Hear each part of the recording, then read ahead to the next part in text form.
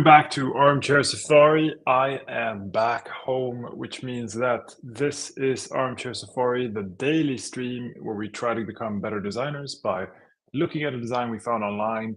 And since I'm home, it means that this is going to be going on every day again. So no more breaks. Good for us. So today we're going to be looking at something quite simple. And as usual, design that is simple is deceptively simple. So if you want to join in, there's a chat somewhere around this stream. If you don't want to join in, you just want to check out the design, you can find it in the description below or in the next post if you're on X. Well, that's it. Let's jump in. Okay, so today we're looking at this beautiful floating tab bar and feed by Imran. Imran FYI on X. So be sure to check out him if you're a designer or in need of a design project in or around the UK. So let's see. Let's get this a little bit bigger. And first impressions. What do you think? I freaking love this. There's something about this that feels very playful. It's also kind of classic. Like it's a feed. It's like it looks like a social feed. It's a very classic thing for designers to share on the internet ever since like 2005-ish, and love to see it. To be honest, in this case, we also have all of the modern like tropes or all of the modern things that come back over and over again. What's it called? A trend. All the modern trends. So we have some glass morphism. We have some very subtle drop shadows. We have some very subtle gradients, and we have some crazy colors in the gradients. This time we're using a blue and like a coral or pink. I absolutely love the combo because this was the color of the year, Pantone's color of the year in, I think it was 2018. It was like baby blue and the pink, and they called it Azure and Coral or something. I think it was the first time ever they did two colors in a year. Anyway, never mind that shit. Let's look at Imran's design. So let's start with the least obvious first and go for the feed. All right. So in this case, we have a very nice timeline of events. The content designates how big it is. There's a very, very clear like line here and icons, the circled icon for the thing that has happened. The line itself is a very nice timeline. It's very, very simple. It's very calm. It correlates really well with the time, the typography time, because the colors are very close and very, very similar in size, which is really nice. Why am I mentioning this? Because it's not just a like separator line, because the separator lines, if you can see them here, they are actually double toned, and it looks like they're picking up the gradient, but maybe they're just picking up the background. So we have a top line that is the darker line, catches the light coming from above. That shows you a little bit more of the background or gradient color, probably some sort of multiply going on. And then the bottom line, which is a little bit brighter than the background because it catches the light coming from above, makes it just a little bit more 3D. But it's also in this entire layout, it's so incredibly subtle, you can hardly even see it, right? You just kind of feel it as if there's some sort of notch in between the content areas. The entire feed is a glassmorphic card floating on top of some sort of funky gradient. The card has this beautiful, really, really beautiful glassmorphic catching the light border and like a super subtle drop shadow that just makes it pop out a little bit more from the background. I gotta say, I love this trend with the glassmorphic objects having bright border and then a very tight drop shadow. It just makes it pop so damn much. Really, really like that. There's also another card coming up from below here. No freaking clue what that is supposed to be. It's a little bit strange. In the feed, we have a stack of cards. The cards are beautiful. Really, really nice frame to the cards. Really, really nice layered drop shadow effect on the cards.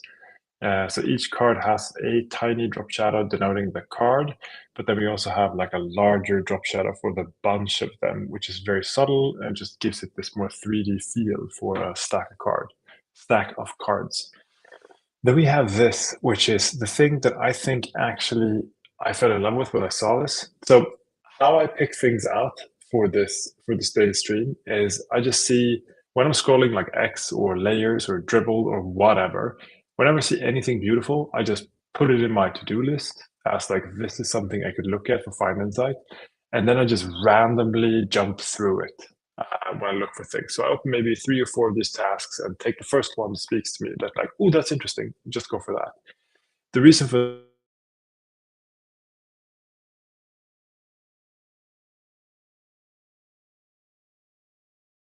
what is beautiful, but what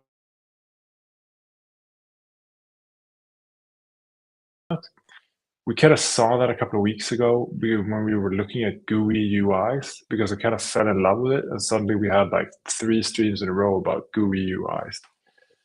So it's an interesting trend. If I ever go back and do a retro on this, it would be really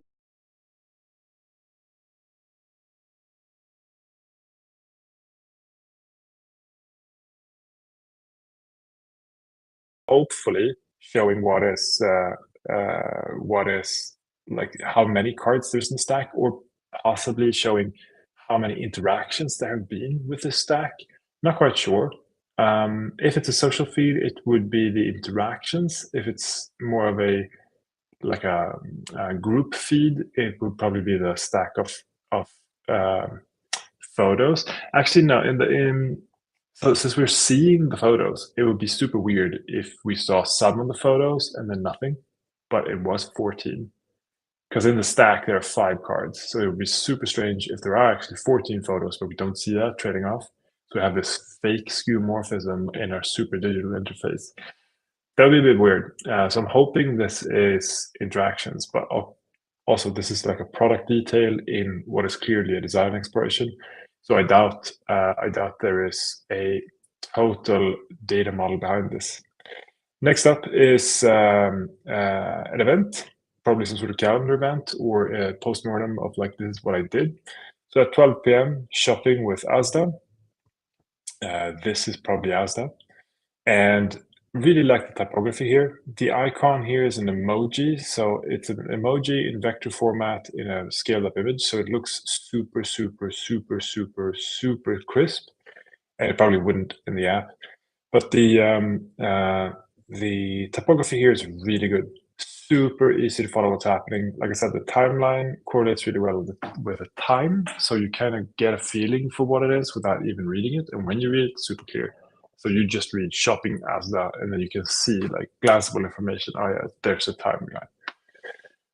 Under that, this looks like a birthday or something similar. Not sure. But here we come to the main event. So here we have it, the floating tab bar. So this would be the prime navigation for the app, where you have 5 tabs in a row. Very classic. Instagram started this trend back in 2009 or something. Untrendworthy. The first tab is the main one and home, or at least the current one. The interesting thing about this is like it is a glassmorphic sort of look to it, but it's completely opaque. So it's not actually glassmorphic, it's white. And he's made this super interesting 3D effect using a drop shadow. So this is a hard drop shadow in gray. So it looks 3D because it's floating on top of everything else. Now, this wouldn't work in the actual app because, of course, your angle isn't this angle. Your angle would be straight on. So this wouldn't actually work, but it would work if you put the drop shadow just y-axis down, like 2 pixels or whatever. In this case, I think it's offset on x-wise as well. It's hard to tell, but I think so. But what I really love about this and what's super freaking interesting about this is that the bottom of the screen has this coral gradient coming up. So you're constantly scrolling things down into like a rosy haze almost. And that is picked up in the selector of the tab. Really like that. Selector itself, it becomes like this funky super gradient sort of thing.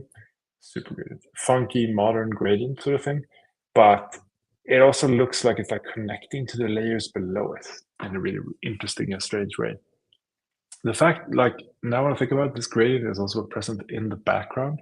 So we both have a coral gradient background and a coral gradient on top of the cards interacting. So it looks like there is like something glowing in the bottom and the cards are scrolling into it. Very interesting. Love the icons. All right. So if you don't know the format of this stream, what happens is we look at a design and we go through what is good about it. That's what I just did.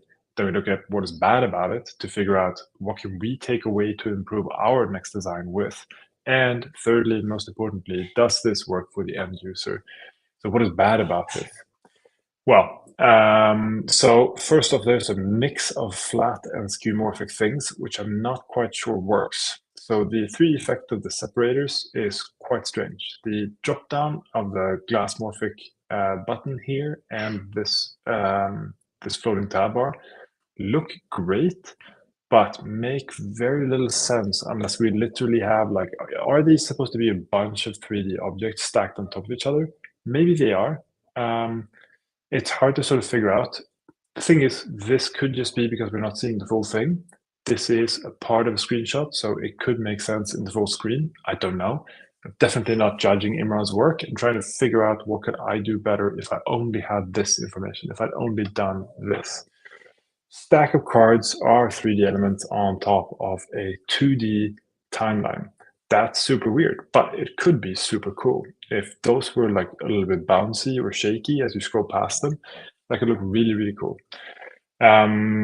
What else? There was something else I was thinking about. Yeah, the icon is probably going to be too small on screens, so it's going to look really weird. I would probably change these out to 2D outline icons, similar to the nav.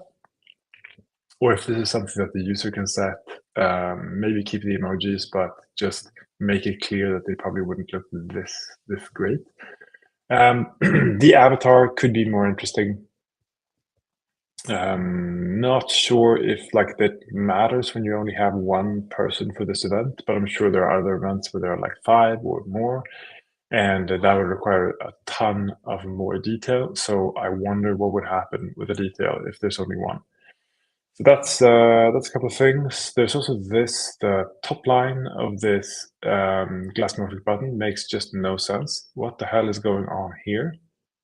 I don't know if something broke or if this was on purpose, but something is super, super strange here. Love this button though. Love that it overlays the content. It's very, very interesting. Yeah, I think that's it. That's about what I would take away from this. Since it's such a tiny slice of what Imran has done, we can't really say too much.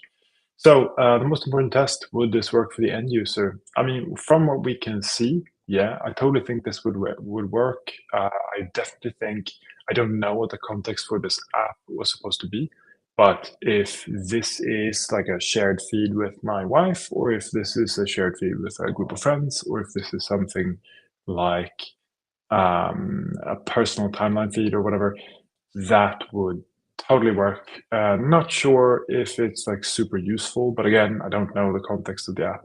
So there's nothing to say here that is bad, right? Imran has clearly thought about this. It is clearly, there's clearly a use case in mind. It's just that I, as the reviewer, don't know it. So Imran, really good job, excellent work. Really like what you've done here. Happy to learn from it, even though I couldn't learn that much. Would love to know, like, what the hell have you been doing with these gradients down here? If you're watching this or if you see this afterwards, please let us know. I'm sure there are other people dying to know what actually happened with the gradients, or what are you actually doing with the gradients. All right, that's it for today. This has been Armchair Safari, the daily design stream where I review a piece of design to make us better designers by learning from other people's work. Remember, tomorrow is Friday, so it's not a educational stream. Tomorrow we're just looking at really beautiful shit and just enjoying the inspiration of looking at great stuff other people have done. Cool. See you tomorrow. Have a good day. Bye bye.